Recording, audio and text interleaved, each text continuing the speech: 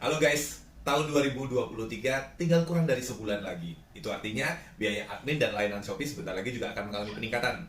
Nah, buat teman-teman semuanya yang jualan di Shopee harus pinter-pinter mulai ngatur keuangan ya. Nah, bagaimana caranya supaya kita itu bisa stabil dalam berbisnis dan juga bisnis kita tuh berjalan dengan lancar. Teman-teman harus pinter-pinter atur, terutama nih bagian pengeluaran. Kalau nantinya per tanggal 1 itu biaya admin Shopee dan layanan Shopee mengalami kenaikan, berarti kita harus mengurangi pos-pos lain, pos-pos pengeluaran. Nah, apa sih yang bisa kita kurangi untuk supaya tidak terlalu bengkak? Yaitu salah satunya untuk mengurangi biaya operasional, teman-teman. Sebelumnya kita harus tahu dulu nih, biaya operasional itu apa? Biaya operasional adalah biaya yang kita keluarkan untuk semua kegiatan operasional kita. Contohnya apa? Sewa tempat, gaji karyawan, operasional termasuk mungkin packing, lakban, kardus, dan lain sebagainya. Nah, semuanya itu harus kita perhitungkan kembali supaya biaya operasional kita tidak terlalu besar. Setelah kita menghitung semuanya, kita harus mulai kalkulasi lagi nih antara omset kita, laba yang kita dapatkan dengan biaya yang kita keluarkan. Dikalkulasi ulang apakah biaya yang kita keluarkan itu memang sepadan.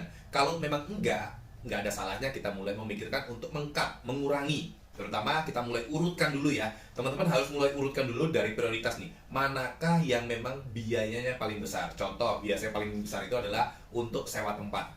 Teman-teman mulai hitung lagi nih, misalnya, apakah biaya sewa tempat saya terlalu mahal? Atau mungkin tempat yang saya sewa terlalu luas sehingga biayanya jadi gede. Nah, mungkin teman-teman kalau memang tempatnya terlalu luas, teman-teman bisa cari tempat yang mungkin lebih ideal lah ya, lebih ideal untuk kegiatan operasional kita. Atau kalau enggak, mungkin kalau sebelumnya sewanya di pinggir jalan ya, notabene biasanya sewa tempatnya lebih mahal ya. Nah, teman-teman juga bisa mulai ganti, pindahnya di tempat gudang yang mungkin di dalam, sehingga biayanya lebih murah. Selain biaya sewa tempat, biasanya yang cukup menjadi masalah adalah biaya gaji karyawan. Terutama buat teman-teman yang mungkin ditinggalnya ya di daerah Jabodetabek yang biasanya nilai UMR-nya cukup lumayan tinggi, sehingga gaji karyawan pun tinggi. Beda sama saya yang di Jogja. Kalau saya di Jogja, UMR Jogja kurang lebih masih di angka sekitar 2 juta kurang ya. Kemarin kalau nggak salah naik menjadi 1980-an.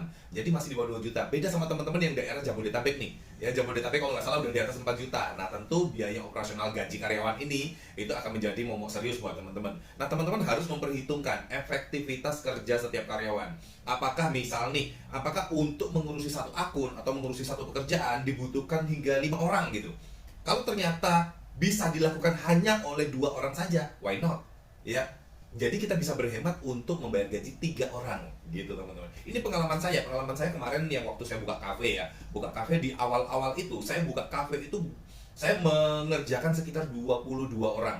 Nah, walaupun dengan UMR 22 orang ya udah 44 juta ya, lumayan, belum termasuk yang lain-lainnya. Baru gaji karyawan aja udah 44 juta. Nah, setelah berjalan saya mulai evaluasi nih. Ternyata untuk beberapa pekerjaan itu bisa dilakukan oleh hanya 2 orang saja. Yang selama ini saya kerjakan oleh 4 orang.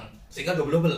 Setelah saya evaluasi dan saat ini karyawan yang ada di kafe hanya 14 orang. Jadi saya bisa berhemat 8 orang, teman-teman. Dari 22 menjadi hanya 14. Hemat 8 orang. 8 kaliin aja UMR 2 juta. Berarti saya sudah berhemat 16 juta untuk gaji karyawan saja. Nah, ini contoh aja, teman-teman. Teman-teman harus benar-benar cerdas ya untuk menghadapi 2023 karena ini info-infonya resesi itu dari depan mata kalau kita jalannya serampangan ya, dan juga mungkin secara bisnis omset kita itu mungkin udah stabil di angka-angka segitu, sulit untuk berkembang ya, mau nggak mau yang biaya yang harus kita kurangi ya.